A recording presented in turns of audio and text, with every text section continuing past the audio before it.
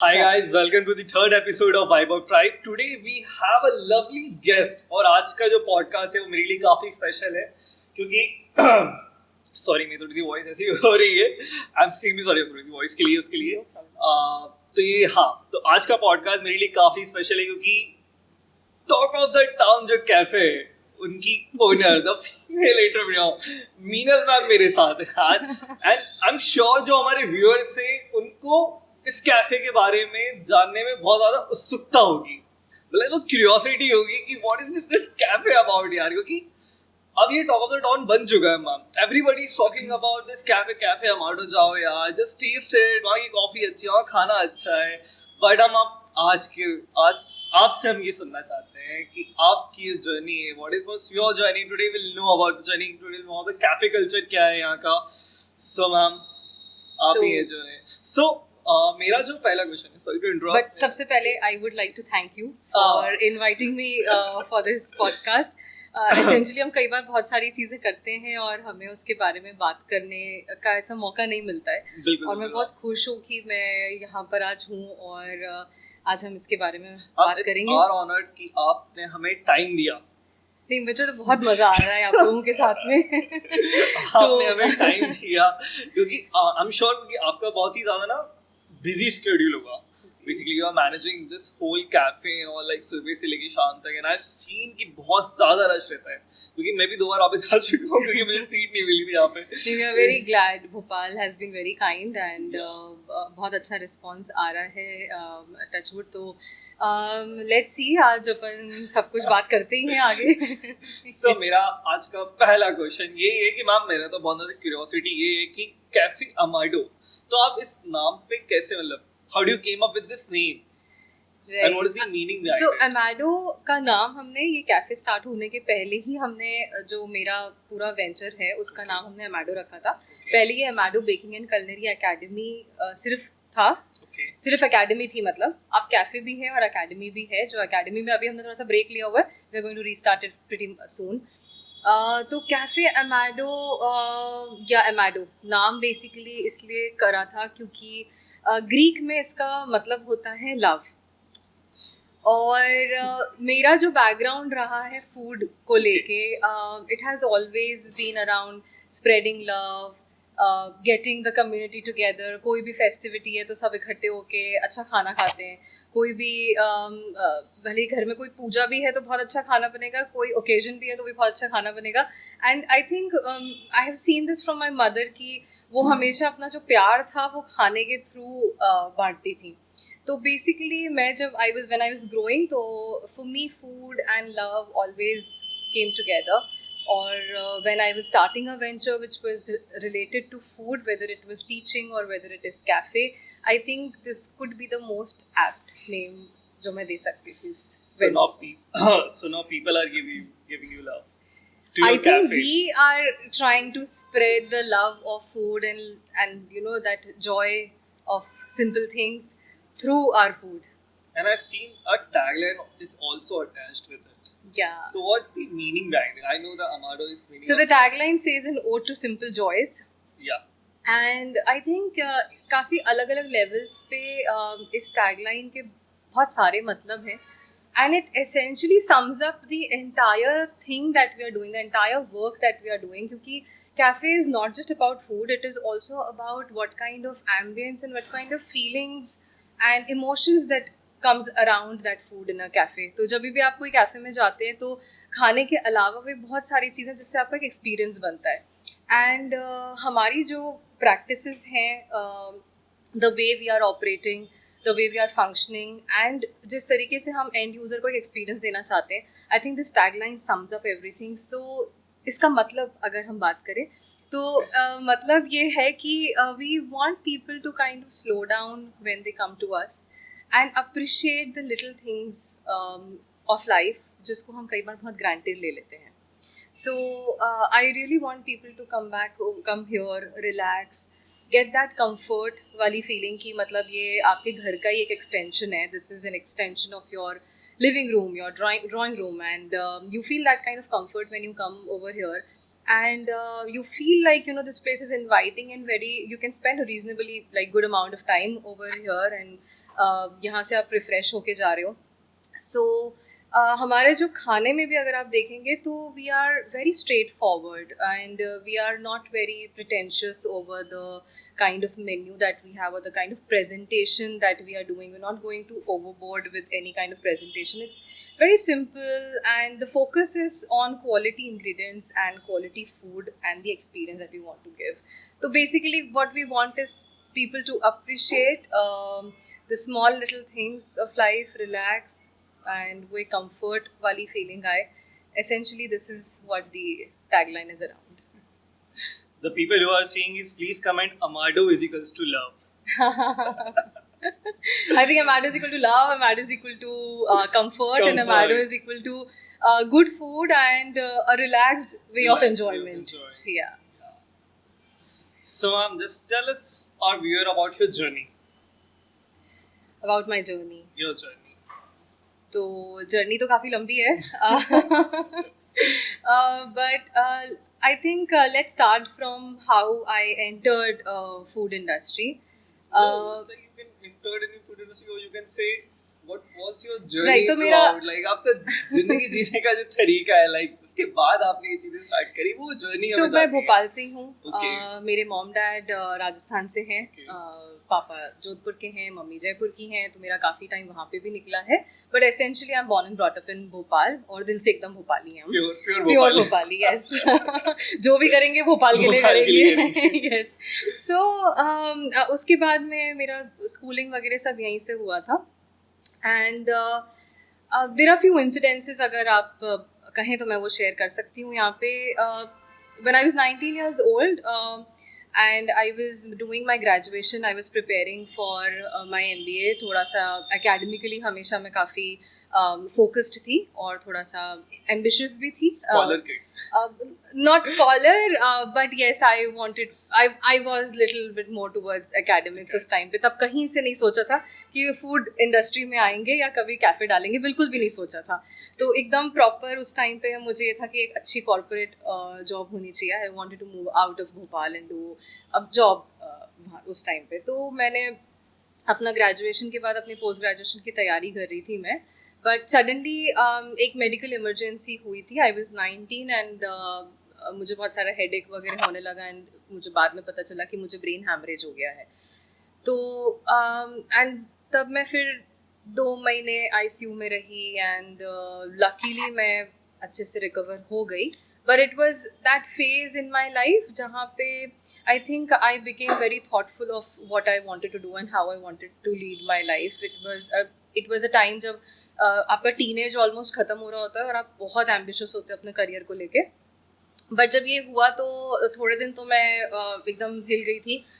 Career के बारे में तो तब आप सोचते नहीं हो, तब आप ये सोचते हो कि आपका वापस हेल्थ जो है वो वापस ट्रैक पर आ जाए. तो it was a good amount of time जो मेरा हॉस्पिटलाइजेशन में गया एंड रिकवरी में गया था. वो उस दौरान मैं it gave me a chance to kind of pause down and think what I really wanted to do, and I realized something that I want to live a life of contentment.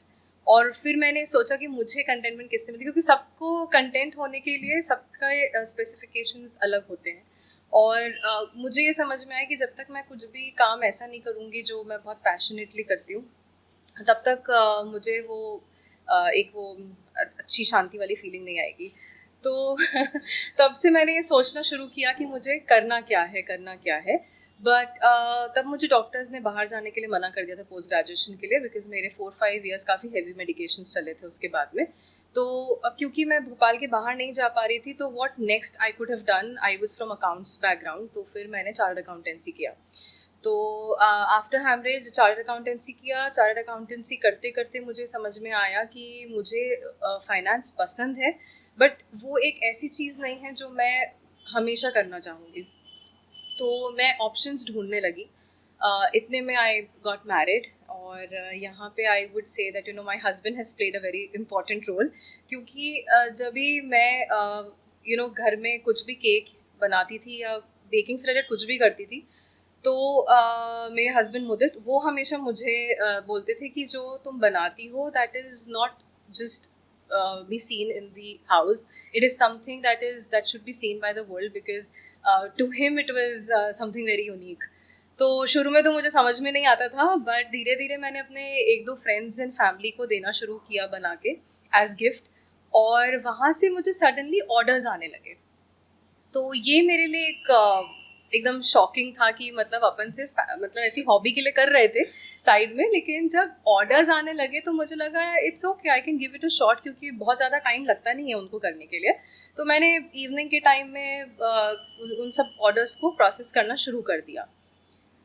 तो जब मैंने वो orders को करना शुरू किया तो suddenly क्या बोलना चाहिए, काफ़ी सारे ऑर्डर्स आने लगे. और ये जब मैंने तब डिज़ाइनर केक्स करने शुरू करे थे, क्योंकि मुझे डिमांड ही ऐसी आ रही थी. मतलब ऐसा नहीं था कि मैंने पहले से सोचा था कि मैं कस्टम डिज़ाइनर केक्स करूँगी for some occasion.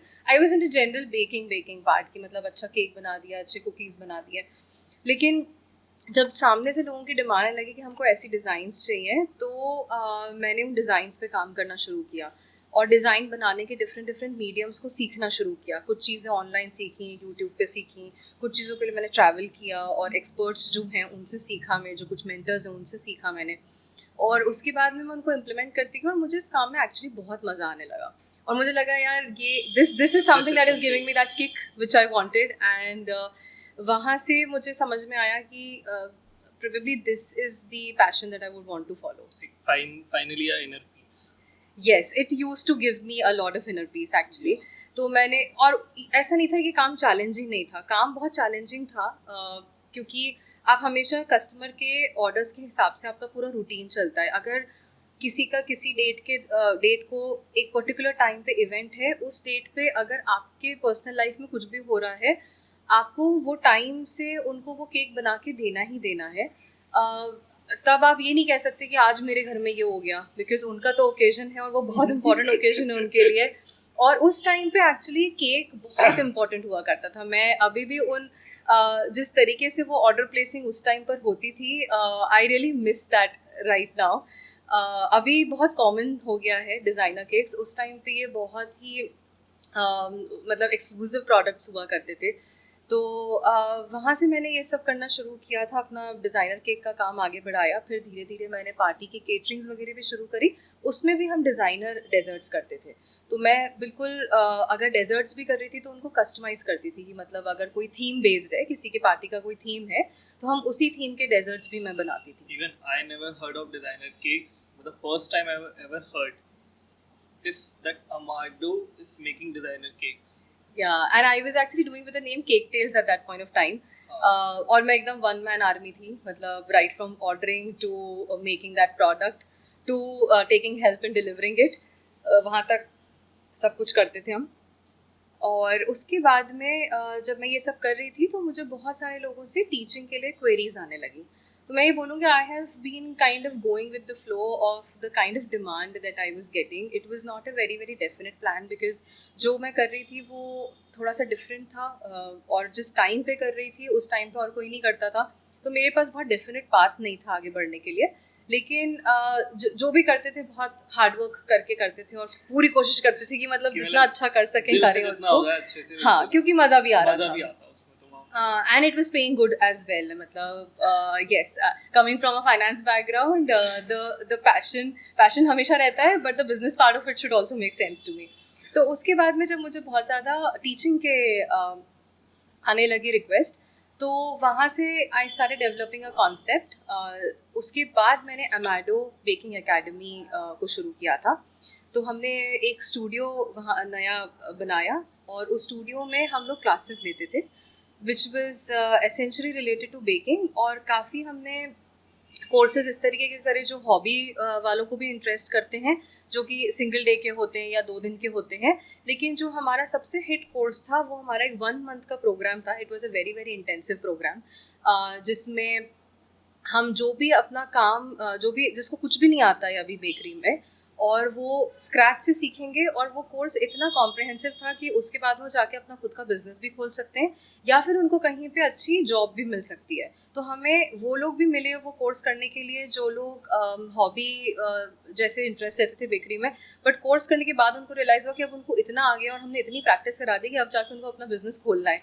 think it was the first ever MP's, मतलब MP's Yeah, first this is ever first Central India का Central पहला India का बेकरी पहला एकेडमी था. baking Yes. academy था. और ऐसे भी लोग आ रहे थे जो IHM के पास आउट थे और वो अपने जो स्किल्स हैं वो शार्पन करने के लिए आते हैं, बिकॉज एसेंशियली जो फूड इंडस्ट्री होती है वो सबसे ज़्यादा आपकी स्किल पे चलती है. तो भले ही आपके पास में डिग्रीज हों, लेकिन अगर आपका स्किल अच्छा है तो ही उसको रिकॉग्नाइज किया जाता है और तभी आपको अच्छी जगहों पे जॉब्स वगैरह भी मिलती हैं.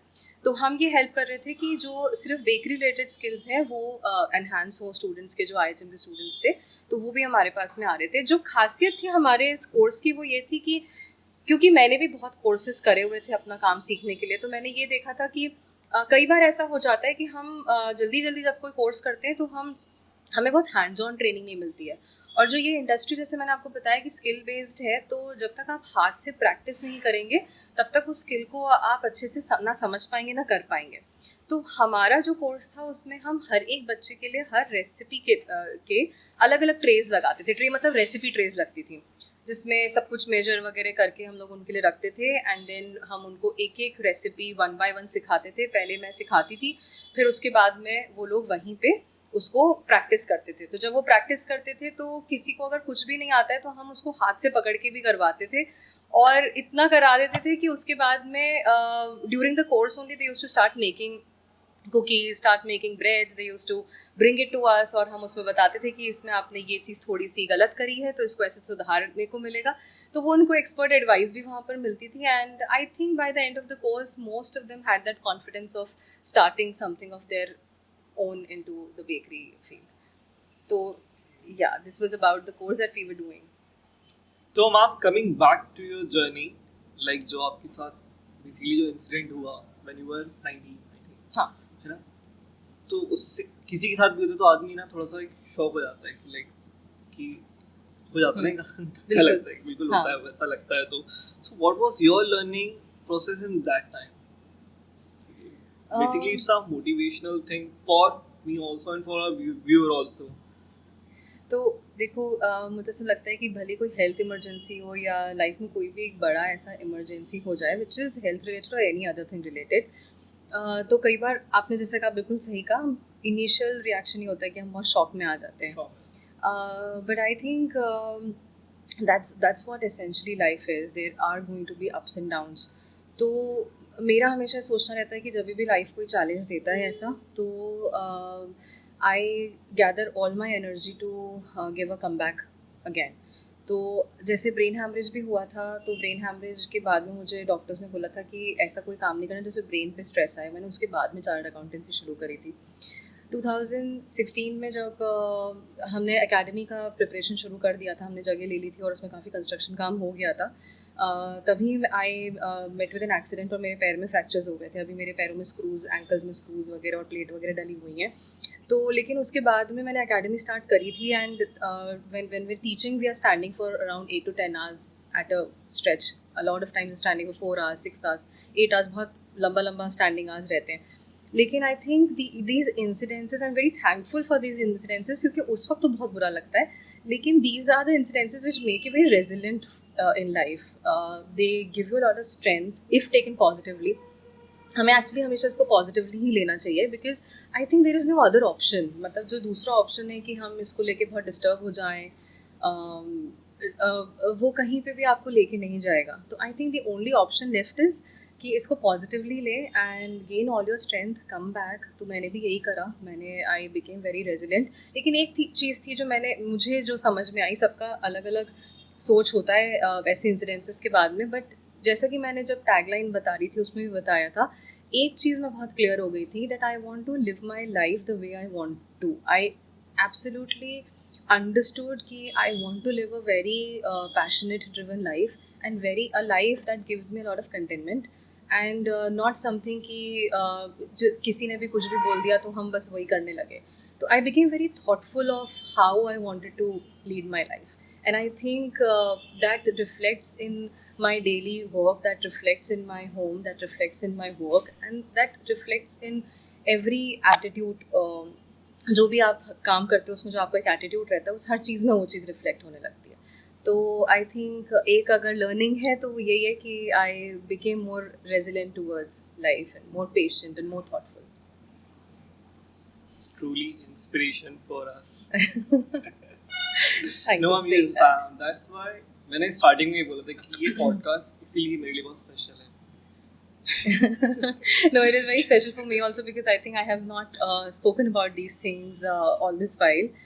And but अब मुझे ऐसा लगता है कि इन सब चीज़ों के बारे में अगर आप शेयर करते हैं तो और भी लोग हैं जो every day the struggling through a lot of things in life in any which form. और अगर वो किसी और के बारे में भी सुनते हैं कि कई बार लोगों को कैफ़े को देख के ऐसा लगता है कि बस हो गया बस हो गया Overnight. या ओवरनाइट हो गया. Overnight हो गया. But I think there's a lot of things that goes behind it. I mean, the hard work that we put वो एक अलग बात है, लेकिन कोई भी काम आप जब ज़ीरो से करते हैं, कोई भी चीज़ को क्रिएट करते हैं, तो I think it is a reflection of what you are. आप अगर आपका अगर वो एक आप if it's your baby and the way you are doing it is वो आपके इंस्टिंक्ट से निकला हुआ रहता है, तो it reflects in each and every thing. तो इसीलिए आई थिंक इन चीज़ों के बारे में और बात करना चाहिए, सबको बताना चाहिए, और ताकि सबको लगे कि यार अभी जो भी चल रहा है it is going to end and इससे हमको और अच्छे से कम बैक करना है. जो भी अभी स्ट्रगल्स चल रहे हैं, there is going to be a silver lining to the cloud. Every cloud has a silver lining. Every cloud has a silver lining. Yeah. Yeah, thank you so much, ma'am. So, ma'am, while you were like back in the days जब आपका baking school था, and then you like shift towards the like cafe, तो वो जो thought process था, वो कैसा था? Like, how did you get started on this? I think at the back of the mind, I always wanted to do a cafe. जब भी मैंने food industry में shift किया था, जब मैं when I was a home baker and then I was teaching in the academy, cafe was something that I always wanted to do. But अभी आप कैफ़े मैडो को देखेंगे तो आपको समझ में आएगा कि बहुत सारी चीज़ें हैं जो मैं करना चाहती थी, लेकिन I was waiting for the correct time probably, because as I said earlier also, whenever you are passionate driven, you shouldn't be very crazy कि हम बस पैशनेट है तो हमको जो मन है हम वो करेंगे. आज ही हो जाएगा. Yes.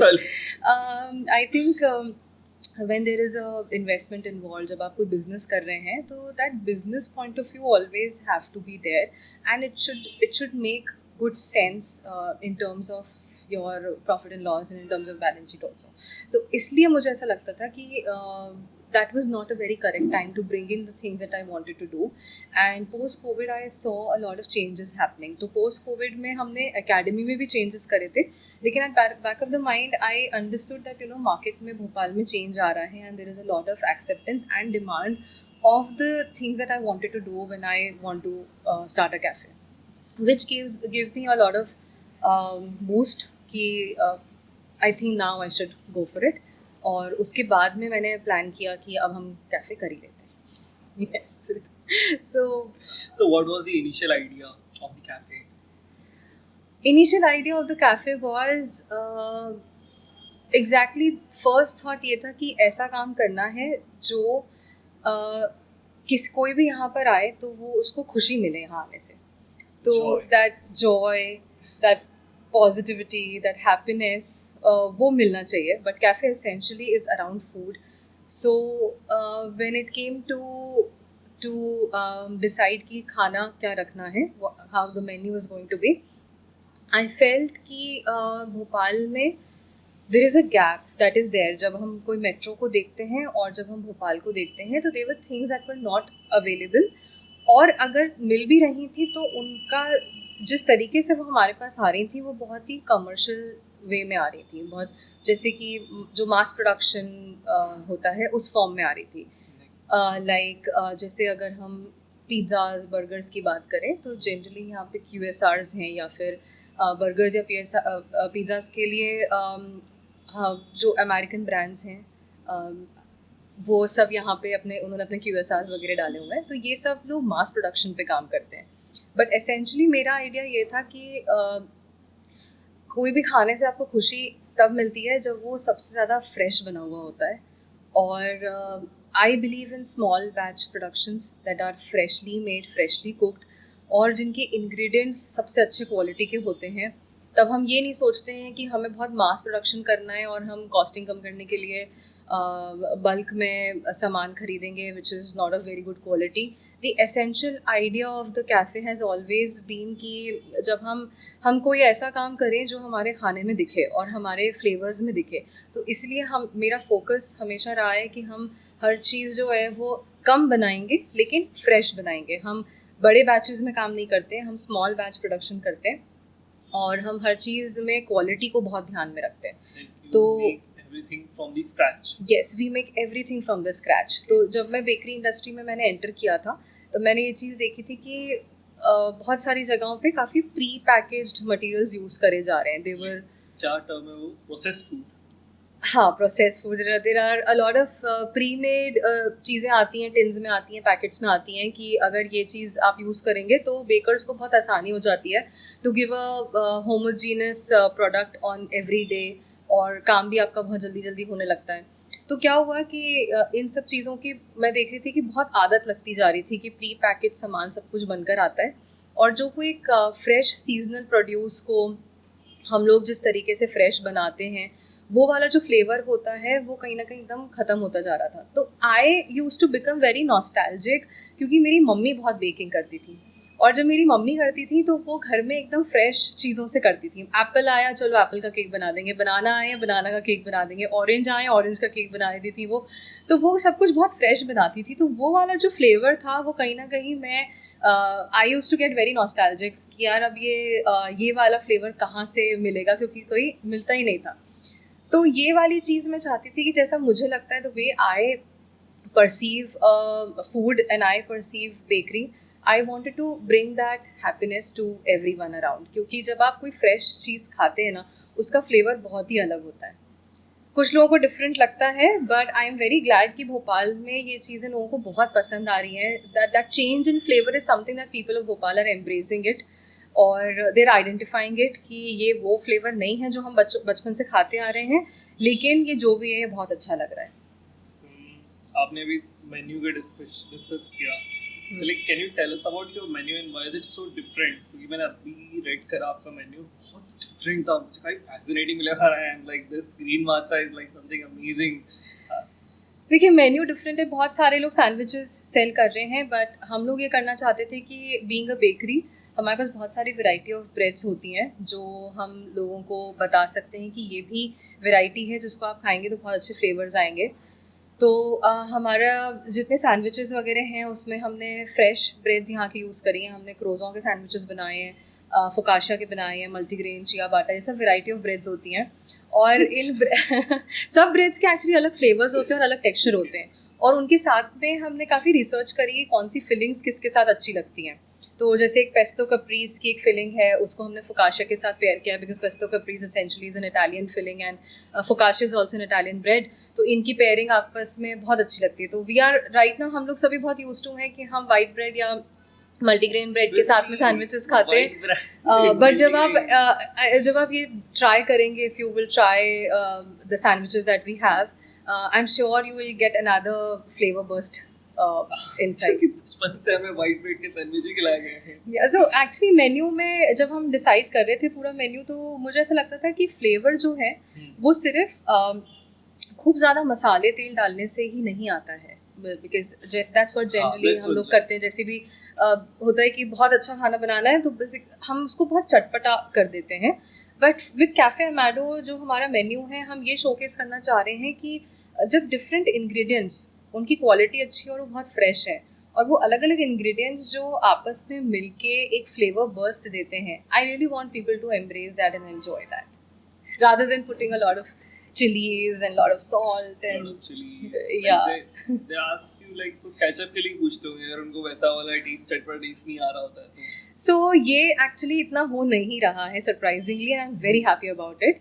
बहुत रेयरली कोई ऐसे आ रहे हैं. आई थिंक भोपाल में पैलेट्स काफ़ी अच्छे हैं लोगों के, और भोपाल में लोग बहुत वेल ट्रैवल्ड हैं, और जो हम काम कर रहे हैं वो समझते हैं. And I think that's what the need of the hour was. लोग चाह रहे थे जो हम मेन्यू में देते हैं, हमारी जितनी ऑफरिंग्स हैं, there was already a demand for it, और लोग वो मिस कर रहे थे भोपाल में.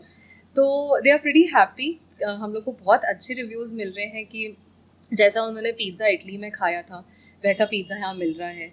पिज़्ज़ा की भी अगर हम बात करें तो अपन की जो आदत है, जैसे मैंने बोला, वो सारे अमेरिकन पिज़्ज़ाज होते हैं, लेकिन पिज़्ज़ाज, सार्डो ब्रेड्स, ये सब एसेंशली यूरोप में बना करती थी और लोगों के घरों में बनती थी। तो जिस तरीके से वो ओल्ड स्कूल स्टाइल जो घरों में बनता था, हम सब चीज़ उस तरीके से करने की कोशिश कर रहे हैं। तो पिज़्ज़ाज के लिए हमने ब्रिक अवन लगाया है। ये वुड फायर ब्रिक अवन्स होते हैं, तो घरों में इसी तरीके से बना करते थे। इनको नियोपोलिटान पिज़्ज़ाज कहते हैं। ये इटली के नेपल्स में शुरू हुए थे। तो वही कॉन्सेप्ट हम यहाँ पे लेके आना चाहते हैं कि मतलब हम जो भी खा रहे हैं ना, जो भी मेन्यू में है, उसका जो ऑथेंटिकली वो किस तरीके से बनता था, जो उसका ओल्ड स्कूल स्टाइल था। मैं आई एम अ बिलीवर कि जिस तरीके से वो शुरू में बना करता था, जिस तरीके से उसका ओरिजिनेशन हुआ था, वो उसका बेस्ट फॉर्म होता है। उसके बाद हम उसको मॉडिफाई करते जाते हैं और वो कोई और ही चीज़ बन जाती है। मैंने आपका पिज़्ज़ा टेस्ट किया है, so amazing. Thank you very much. Neapolitan pizza Delhi में खाया था when I was like doing my MBA. हाँ, तब खाया था मैंने। एंड जब मैं यहाँ पर आया तो मैंने आपके मेन्यू में देखा जी। एंड आई वाज लाइक कि भोपाल में मिल रहा है। तो यार बहुत ही मतलब उसका जो फ्लेवर था, like amazing. Thank you so much. I think वो जब भी कोई चीज़ फ्रेश होती है और स्क्रैच से इन हाउस बनती है, तो वो फ्लेवर में रिफ्लेक्ट होता है। फ्लेवर से मुझे याद आया लाइक अभी जब यही दिन हम बात कर रहे थे जी, मैंने वहाँ पे ब्रेड देखी जो मैंने आपसे पूछी भी थी। हाँ, सार्डो ब्रेड। ब्रेड। सो सार्डो एसेंशियली वो वाली ब्रेड होती है जो बिल्कुल शुरुआत में घरों में बना करती थी, जब बेकरीज का मास प्रोडक्शन नहीं हुआ करता था। बाद में जो अभी हम टोस्ट ब्रेड वगैरह खाते हैं, ये फैक्ट्रीज में बनने लगी। इनका फर्मेंटेशन का जो स्पीड रहता था वो बहुत तेज रहता था, तो जल्दी बन जाती थी ये ब्रेड्स। इंस्टेंट ईस्ट वगैरह यूज करने लगे, तो ये बट सार्डो एक्चुअली जो होता है वो एक कल्चर से बनती है, जिसको आपको स्क्रैच से कल्चर बनाना पड़ता है। करीब 15-20 दिन लगते हैं उस कल्चर को बनाने में, और फिर उस कल्चर को बेबी जैसे आपको हर हफ्ते फीड करना पड़ता है।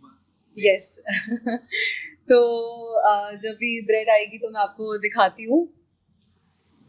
Thank you so much Deepak.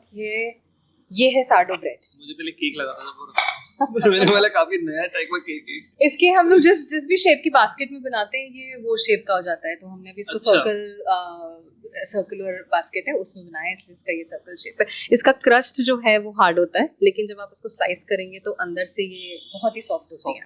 Yes, but जैसे इसका नाम है सार्डो, तो हल्का सा इसमें एक सार टेस्ट होता है। That is because of the culture that we add.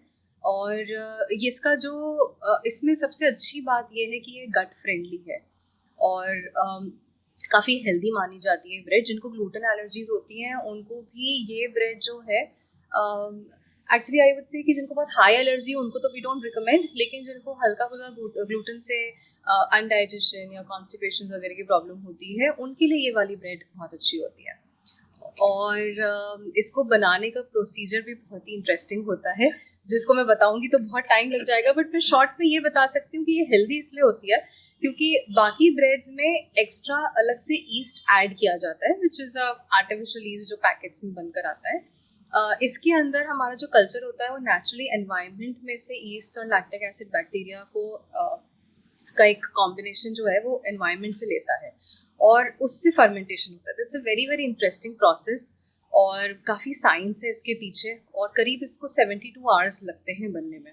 और इसकी शेल्फ लाइफ बहुत अच्छी है क्योंकि जिस टाइम पे बनाया जाता था उस टाइम लोगों के पास फ्रिज नहीं होता था, तो इसका जो बनाने का पूरा प्रोसीजर है वो ऐसा है कि इसकी शेल्फ लाइफ बहुत अच्छी रहती थी, क्योंकि वो लोग, उनके पास ना कम्युनिटी बेकिंग होती थी। वो लोग हफ्ते में एक बार जाके अपनी फैमिली के लिए ब्रेड्स बनाते थे। उनके कॉलोनीज में एक ही बेकिंग का ओवन रहता था जहाँ पे उनको नंबर से दिया जाता था कि आज आप ट्यूसडे को करेंगे, आज आप वेडनेसडे को बेक करेंगे। तो वो लोग इसलिए ऐसा, ये पूरा प्रोसेस इस तरीके का है कि इसकी shelf life 7 days and more, 7 days से भी ज़्यादा रहती है। तो ये एक नई टाइप की ब्रेड है जो हम लेकर आए हैं। Amado available है। As of now, yes, it's only available. Those who want to buy, please visit Amado for Sardo breads. Yes.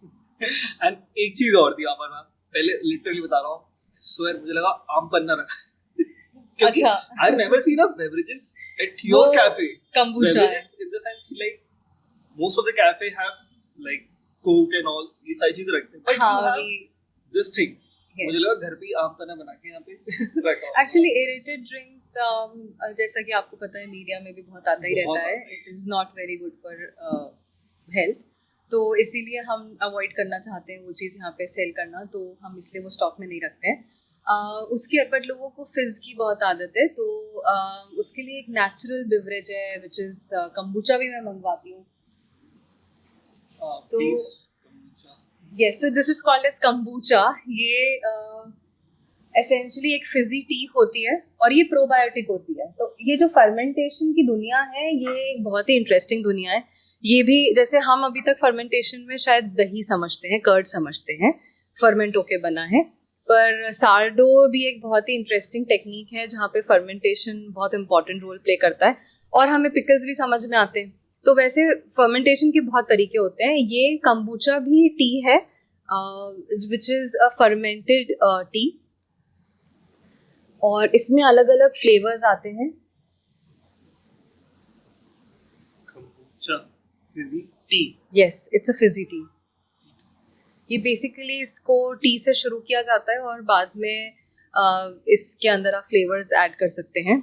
तो हम लोग हमारी इन हाउस भी धीरे धीरे कम्बुचा ब्रू करना शुरू करेंगे, लेकिन अभी हम लोग बाहर से आउटसोर्स कर रहे हैं क्योंकि इनका फ्लेवर, इनकी प्रिपरेशन टेक्निक्स मुझे बहुत अमेजिंग लगती हैं।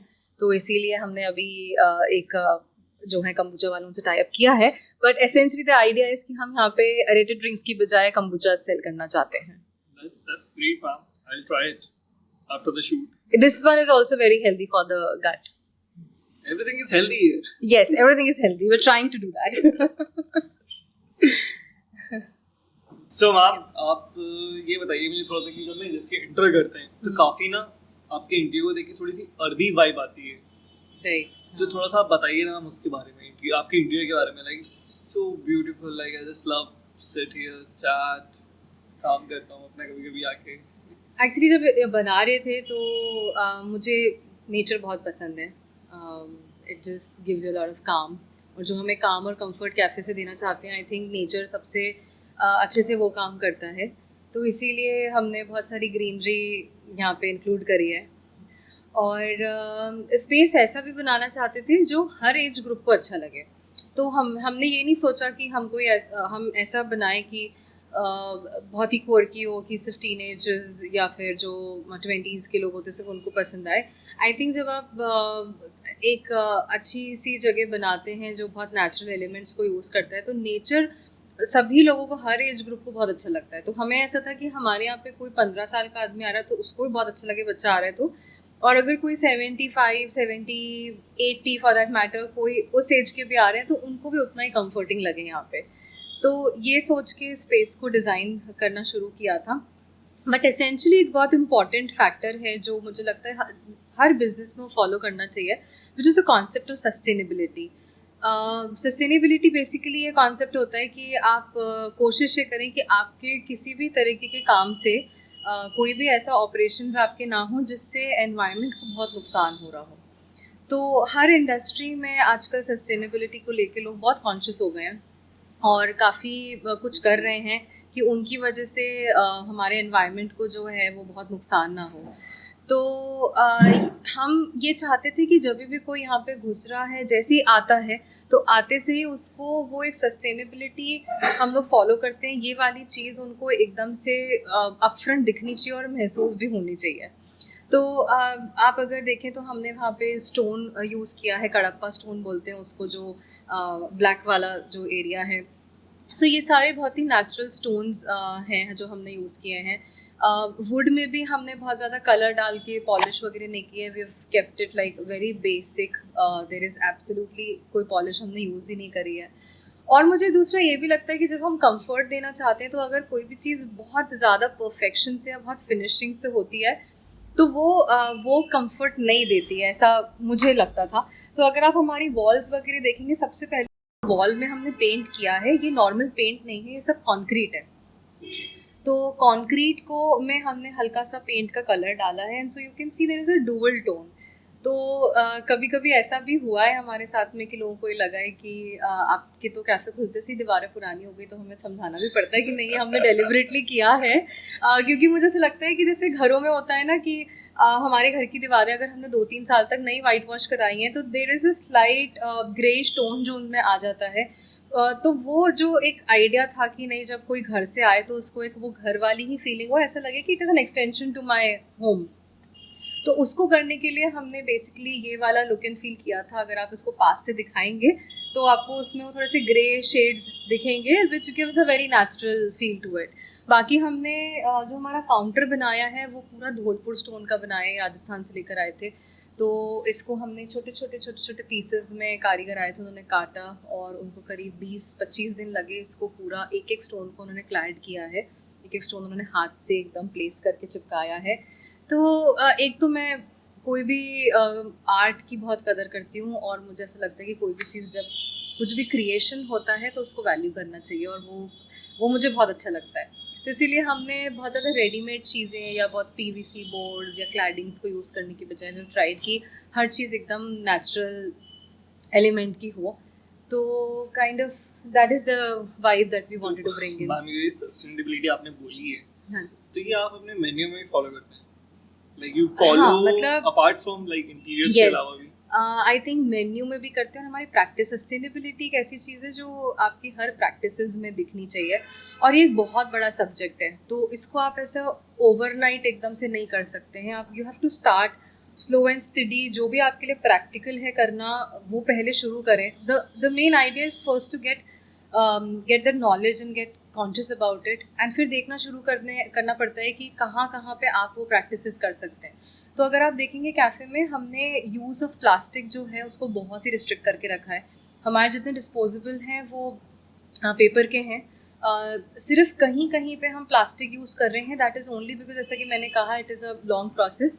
कहीं पे हमें ब्रेड्स वगैरह के लिए अभी थोड़ा बहुत करना पड़ रहा है, दैट इज़ बिकॉज हमें उसका कोई प्रॉपर ऑल्टरनेटिव नहीं मिल रहा है from customer point of view कि उनके लिए वो हैंडलेबल वगैरह होना चाहिए। बट एसेंशली हमारे जितने डिस्पोजेबल्स हैं और पैकेजिंग है वो पेपर की हैं। हम लोग यहाँ पे मिनरल वाटर प्लास्टिक की बॉटल्स नहीं रख रहे हैं। तो इनिशियली जब हमने कैफ़े स्टार्ट किया था we did not want to waste a lot of plastic. हमने कैफ़े स्टार्ट करने के पहले ये देखा था कि हमें जो जनरली फुटफॉल मिल रही है उसके हिसाब से हमने साल का लगाया था। तो अगर एक हाफ लीटर की बॉटल 35 ग्राम्स की होती है, अगर उस हिसाब से हम देखें तो हम करीब 7-8 हज़ार केजी का जो प्लास्टिक है वो हमारे थ्रू वेस्ट होता अगर हम कस्टमर्स को प्लास्टिक बॉटल्स वगैरह। यस, सो दैट और ये सारी चीज़ें जुड़ के बहुत बड़ी हो जाती हैं जब हम और भी प्लास्टिक्स की बात करते हैं। अगर हम डिस्पोजेबल्स में भी वही यूज़ करते हैं। हमारे यहाँ पे हम डेजर्ट टब्स सेल करते हैं। डेजर्ट टब में एसेंशली हर कोई प्लास्टिक यूज़ करता है because they want to kind of show कि अंदर लेयरिंग कैसी है, और दे वांट टू उससे वो और सुंदर उठकर आता है। But you have taken that risk of not making it look very beautiful because we wanted कि नहीं, हम यहाँ पे वी हैव अ पेपर का रिप्लेसमेंट, वी हैव बॉक्सेस जो पेपर के बनकर आते हैं, तो हम वही यूज़ करेंगे और हम प्लास्टिक के नहीं यूज़ करेंगे। स्ट्रॉज भी हमारे सारे पेपर के हैं। तो हमने डिस्पोजेबल्स में पूरी कोशिश करी है। दूसरा, सस्टेनेबिलिटी के बहुत सारे तरीके हैं करने के। आपको ये आप हर बिजनेस की कोशिश होनी चाहिए कि वो अपना जितना कार्बन प्रिंट है वो रिड्यूस कर सके। तो अगर हम कोई मटेरियल है जो बेकरी में खास करके ऐसा होता है कि मेजर इंग्रेडिएंट्स जो होते हैं वो इंडिया के बाहर से आते हैं, क्योंकि वहीं पे प्रोसेस होके वो बनते थे। तो जैसे चॉकलेट्स की बात करें हम, तो चॉकलेट्स बेल्जियम से आती हैं या स्विस चॉकलेट स्विट्ज़रलैंड से आती हैं। तो चॉकलेट वहाँ पे ग्रो नहीं करती हैं। चॉकलेट ग्रो जो करेंगी वो मेक्सिको में करेंगी, केन्या रीजन में करेंगी, साउथ अफ्रीका रीजन में करती हैं। वहाँ से वो चॉकलेट के फार्म से ट्रैवल करके जाती हैं जहाँ पे बेल्जियम में और स्विट्ज़रलैंड में जो फैक्ट्रीज़ है वहाँ पे जाती हैं। वहाँ से वो पूरा चॉकलेट फॉर्म में प्रोसेस होके आप सोचिए इंडिया में आ रही हैं। इंडिया में भी पहले बॉम्बे में आती हैं, बॉम्बे से आप सोचिए भोपाल तक आएंगी। तो देयर इज़ बहुत सारा इसमें अगर हम इसको लोकली सोर्स करें इंडिया से तो हम काफ़ी कार्बन प्रिंट जो है उसको रिड्यूस कर सकते हैं। तो इसीलिए हमने फिर ये फोकस करना शुरू करा। बाय द टाइम कैफ़े का पूरा कंस्ट्रक्शन चल रहा था और हम लोग मेन्यू बना रहे थे, तो मैंने ये सोचा कि हम जितनी चीज़ें हो सकती हैं वो लोकली जो है वो ही सोर्स करेंगे। तो जितनी हमारी वेजिटेबल्स वगैरह हैं वो हम कोशिश कर रहे हैं कि हमारे खुद के फार्म्स हैं सांची के पास में, तो हम वहाँ पे कोशिश करें कि सारे वहीं पे हो जाएं। तो अभी हम उस प्रोसेस में हैं. हम ऑलमोस्ट 60% वेजिटेबल्स हमारी खुद ही उगा रहे हैं, which I am really proud of, क्योंकि इनका ध्यान रखना एक बहुत ही बड़ा टास्क है. तो इसमें मुझे मेरे हस्बैंड की काफ़ी हेल्प मिल जाती है. उनका काफ़ी एक्सपर्टीज़ है फार्मिंग, हॉर्टिकल्चर इनमें. मेरे फादर इन लॉ का भी बहुत एक्सपर्टीज़ है. वो बहुत पहले से वो व्हीट, राइस और फ्रूट्स काफ़ी अच्छी फार्मिंग करते हैं. तो अभी जैसे हमारा ऑरेंज मामले टी केक था, तो मेरे फादर इन लॉ को ऑरेंजेस ग्रो करना बहुत पसंद है, और इसीलिए उन्हीं ऑरेंजेस के हम यहाँ पे ऑरेंज के केक्स, ऑरेंज मामलेट के डोनट्स हमने बनाए थे. तो वो हमारे फार्म से ही थे. तो आई थिंक जब हम दूसरी भी इंग्रेडिएंट्स की बात करते हैं जो इंडिया के बाहर से आती थी, वो भी हम कोशिश कर रहे हैं कि हम कोशिश नहीं, मतलब हम कॉफ़ी तो हमने पूरी की पूरी इंडिया से लेनी शुरू कर दी है. It is 100% the coffee that we taking is specialty coffee, और वो स्पेशलिटी कॉफ़ी हमारी चिकमंगलूर से आती है. We take 100% arabica. और इसी तरीके से हम चॉकलेट्स भी जो हैं, we are in a process कि हम हमारा जो स्विस चॉकलेट्स का और बेल्जियम चॉकलेट्स का कंजम्पशन था उसको रिड्यूस करके we are kind of trying to replace it with Indian chocolates. Indian chocolates का फ्लेवर इतना अमेजिंग है कि मुझे लग रहा था कि क्यों अभी तक हमें पता नहीं था कि इंडिया में भी चॉकलेट्स इतनी अच्छी हो सकती थी, and why were we running after Swiss chocolates and Belgium chocolates.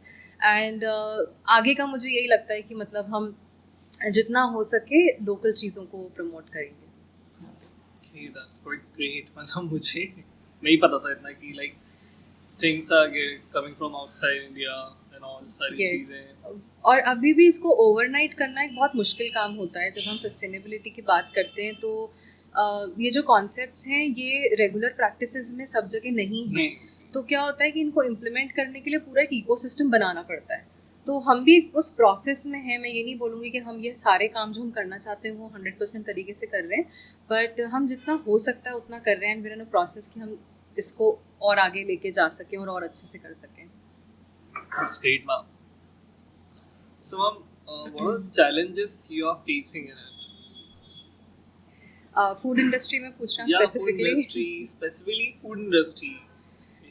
Okay, I think overall जो हमने कॉन्सेप्ट और जो हमारा मेन्यू है वो थोड़ा सा हमने रिस्की लेवल पे स्टार्ट किया है. दिस वाज नॉट समथिंग जो लोग on a daily basis consume करते हैं या समझते हों.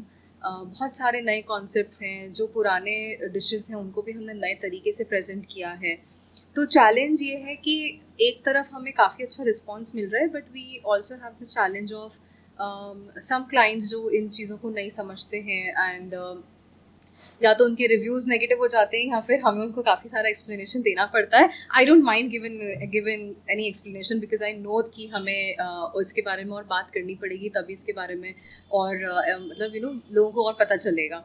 तो ये है कि जैसे हम जब कुछ फ्रेश करना चाहते हैं, अभी हमने लोकल प्रोड्यूस की बात करी, तो जब भी हम कोई पैकेज सामान को नहीं यूज़ करते हैं या फिर जहाँ से वो ट्रेडिशनली आया करती थी वो नहीं करते हैं और कोई और तरीके से उसको सोर्स करके कर रहे हैं, विच इज़ सोर्सिंग लोकली, इसके फ्लेवर की हमको आदत नहीं होती है, सबको नहीं होती आदत.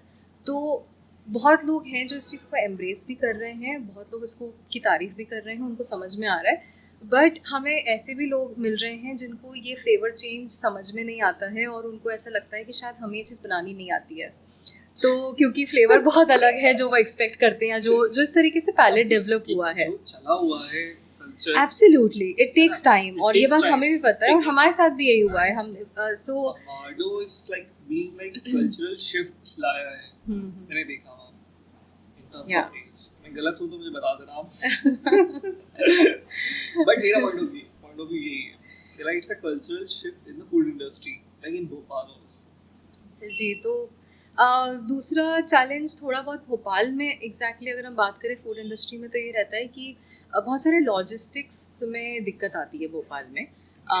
जब हम चाहते हैं कि हम कोई पर्टिकुलर इंग्रेडिएंट यहाँ पे यूज़ करें, तो टू कन्विंस दैट पर्सन, वो वहाँ के वेंडर को कन्विंस करना बहुत मुश्किल होता है क्योंकि उनकी लॉजिस्टिक्स एमपी में अभी सेट नहीं है, तो भोपाल तक भेजने में उनको काफ़ी दिक्कत होती है.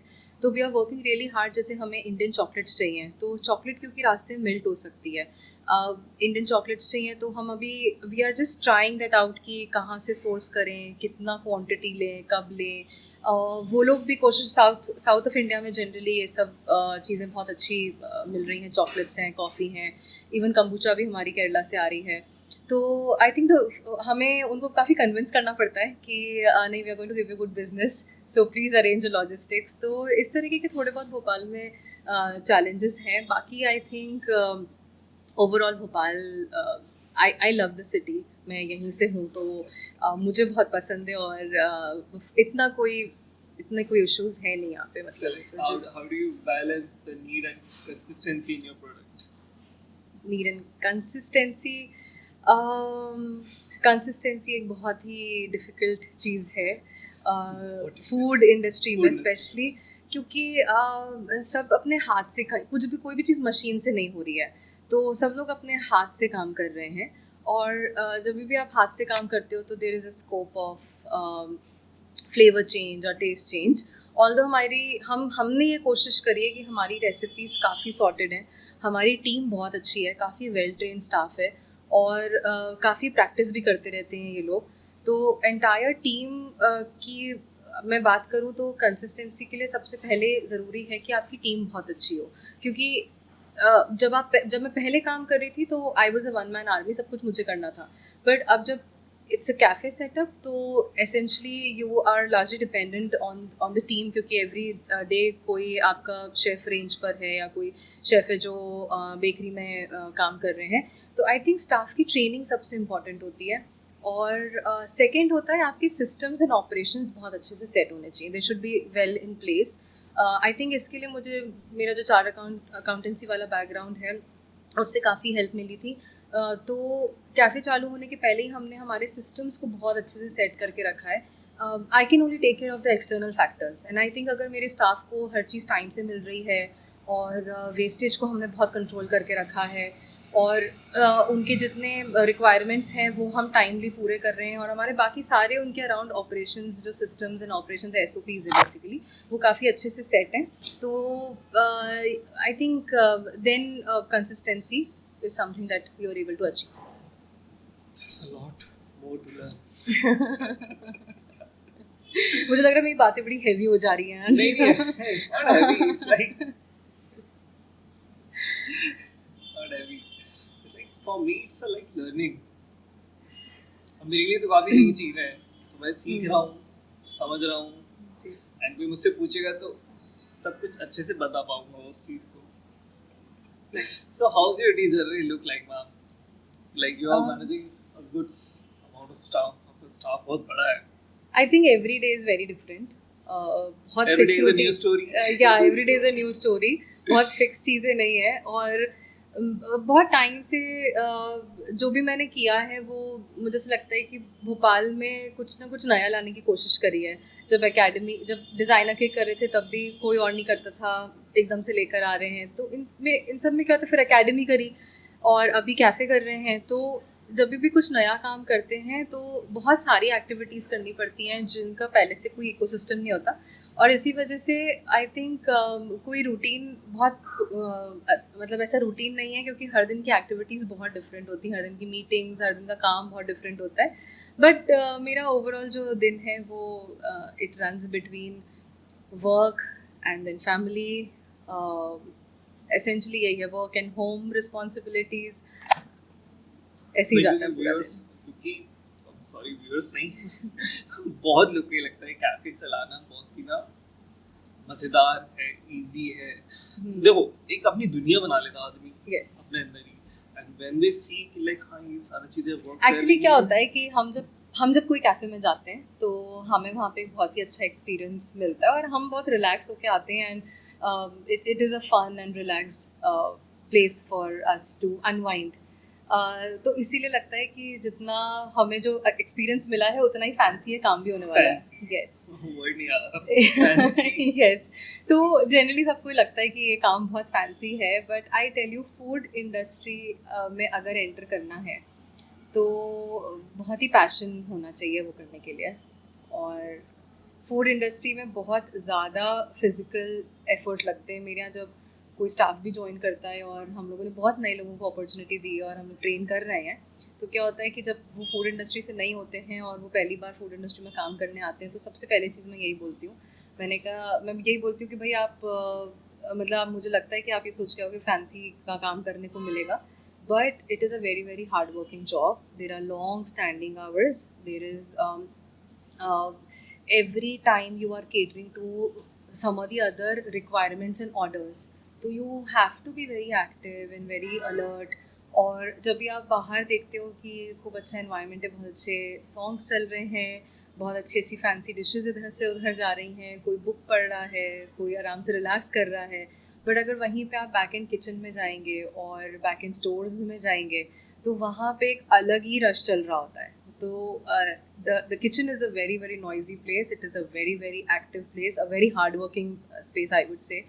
तो पूरी जो टीम है वो पीछे अलग ही भाग दौड़ में लगी होती है कि अभी गैस की टंकी ख़त्म हो गई है तो अब जल्दी से सारी गैस चेंज करनी है, क्लाइंट से या कस्टमर से यहाँ पे कोई कांच की गिलास टूट गई है तो वहाँ पे क्लीनिंग चल रही है कि किसी और का पैर नहीं आ जाए उसके ऊपर. और किचन के अंदर भी मल्टीपल ऑर्डर्स एक साथ निकल रहे होते हैं. सभी ऑर्डर्स में क्वालिटी का भी ध्यान रखना है, टेस्ट का भी ध्यान रखना है और उतना ही प्रेजेंटेशन का भी ध्यान रखना है. There are different variety of crockery that we use, तो उस चीज़ को लर्न करना कि कौन सी क्रॉकरी किस चीज़ के लिए जा रही है. तो इस तरीके से आई थिंक ओवरऑल एक काफ़ी आई वुड से मज़े, फैंसी तो नहीं बट हाँ बहुत ही एक्टिव और बहुत ही मज़ेदार एनवायरनमेंट रहता है. कुछ लोग को लगता है फैंसी, बहुत फैंसी, लेकिन वो पता होता है जब कर रहे होते हैं खुद. तो Yes. सो हमने इतनी सारी बातें करी, so I would like to end it up in a good note. Like we want to know the future of Amado. What would we look like?